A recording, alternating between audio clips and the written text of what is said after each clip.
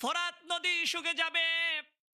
ফোরাত নদী শুকে গিয়ে ফোরাত নদীর তলদেশ থেকে বিশাল বড় স্বর্ণের পাহাড় বের হবে। এই স্বর্ণের পাহাড়কে কেন্দ্র করে এত বিশাল 100 জন যোদ্ধার মধ্যে 99 জন মারা যাবে। শুধুমাত্র একজন বেঁচে থাকবে, আর 99 জনই মারা যাবে। চিন্তা করতে পারছেন কি ভয়াবহ আকার ধারণ করবে? কিয়ামতের বড় বড় আলামতের মধ্যে অন্যতম একটি আলামত হলো ইমাম মাহদি আলাইহিস সালাতু ওয়াস সালাম তিনি আগমন করবেন। হাদিস শরীফের মধ্যে আসছে ইমাম মাহদি আলাইহিস সালাতু ওয়াস সালাম আগমন করার পূর্বে 70টি আলামত প্রকাশ পেয়ে যাবে। এই 70টি আলামত প্রকাশ পেলেই ইমাম মাহদি আলাইহিস সালাতু ওয়াস সালাম আগমন করবেন। 70টি আলামতের মধ্যে 65টি আলামত প্রকাশ পেয়ে গেছে। এখন মাত্র 5টি আলামত বাকি আছে। এই 5টি আলামত যদি প্রকাশ পেয়ে যায়, ইমাম মাহদি আলাইহিস সালাতু ওয়াস সালাম এই পৃথিবীর বুকে চলে আসবেন। ইমাম মাহদি আলাইহিস সালাতু ওয়াস সালাম আসার পূর্বে স্বর্ণের পাহাড় বের হবে। এই স্বর্ণের পাহাড়কে কেন্দ্র করে এত বিশাল বড় যুদ্ধ হবে। নবীজি বলেন এই যুদ্ধের মধ্যে 100 জন যোদ্ধার মধ্যে 99 জন মারা যাবে। শুধুমাত্র একজন বেঁচে থাকবে, আর 99 জনই মারা যাবে। চিন্তা করতে পারছেন কি ভয়াবহ আকার ধারণ করবে? যুদ্ধটা কি ভয়াবহ আকার ধারণ করবে? 100 জন যোদ্ধার মধ্যে 99 জন মারা যাবে, একজন শুধু বেঁচে থাকবে। পৃথিবীতে এমন কোন যুদ্ধ আছে যে যুদ্ধের মধ্যে 99 জনই মারা যায় আর একজন বেঁচে থাকে? কি ভয়াবহ আকার ধারণ করবে সেই যুদ্ধটি?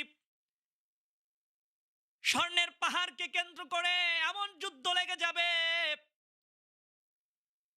100 জনের মধ্যে 99 জন মারা যাবে। এই জন্য নবীজি সাল্লাল্লাহু আলাইহি ওয়াসাল্লাম পৃথিবীর মানুষকে জানিয়ে দিয়েছেন, খবরদার খবরদার, সেই স্বর্ণের পাহাড় তো দূরের কথা, ওই স্বর্ণের পাহাড়ের আশপাশেও তোমরা কেউ যাবে না। স্বর্ণ নেওয়া তো দূরের কথা, ওই স্বর্ণের পাহাড়ের আশপাশেও তোমরা কখনো যাবে না। কারণ সেখানে যারাই যাবে অধিকাংশ মানুষ তারা মারা যাবে। একজন শতকরা একজন বেঁচে থাকবে, আর 99 জন মারা যাবে। এই কঠিন যুদ্ধের পরে ইমাম মাহদি আলাইহিস সালাতু ওয়াস সালাম এই পৃথিবীর বুকে আগমন করবেন। ইমাম মাহদি আলাইহিস সালাতু ওয়াস সালামকে আমরা চিনব কিভাবে? হাদিস শরীফের মধ্যে আসছে নবীজি সাল্লাল্লাহু আলাইহি ওয়াসাল্লাম বলেন ইমাম মাহদির মূল নাম হবে হলো মুহাম্মদ। অর্থাৎ আমাদের প্রিয় নবীজি সাল্লাল্লাহু আলাইহি ওয়াসাল্লামের নামে তার নাম হবে। তার নাম হবে মুহাম্মদ। তার পিতার নাম হবে আমাদের নবীর পিতার নামে নাম, অর্থাৎ আব্দুল্লাহ। আর তার মায়ের নাম হবে আমিনা। তিনি আম্মা জান ফাতেমা রাদিয়াল্লাহু তাআলা আনহা। তার বড় সন্তান ইমাম হাসান রাদিয়াল্লাহু তাআলা আনহু এর বংশধর হবেন। তার বংশ থেকে তিনি আসবেন। তিনি যখন বাইতুল্লাহ শরীফ তওয়াফ করতে থাকবেন, তওয়াফ করতে করতে যখন তিনি মাকামে ইব্রাহিম এবং রুকনি ইয়ামানি এই দুইটার মাঝখানে যখন তিনি তাওয়াফ করতে থাকবেন, এমন সময় হাজী সাহেবরা, কিছু হাজী সাহেব তাকে চিনে ফেলবে। তে ইনি হচ্ছেন ইমাম মাহদি আলাইহিস সালাতু ওয়াস সালাম।